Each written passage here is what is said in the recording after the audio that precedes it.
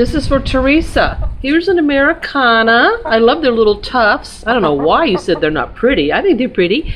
Right there is a Rhode Island Red. This is Olivia. Right here is a Cuckoo Marin. They're the ones, the Marins, M-A-R-A-N, are the ones who lay the dark brown reddish eggs. There's another Americana that we have. Here's a beautiful Sussex, a speckled Sussex rooster. And there's cute little Rocky, that's her name. Let's see. Who else do we have? Oh, we have a Buff Orpington. A Buff Brahma.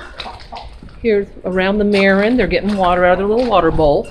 Yes, there she is. Now she has a little cloth on the back. She's not orange on the back. That's a little cloth for her, but that's a pretty Buff Brahma. Who else do we have here? Yes, this is not a chicken, in case you were wondering. Let's see, who else? Who else is around there? Yeah, hi everybody.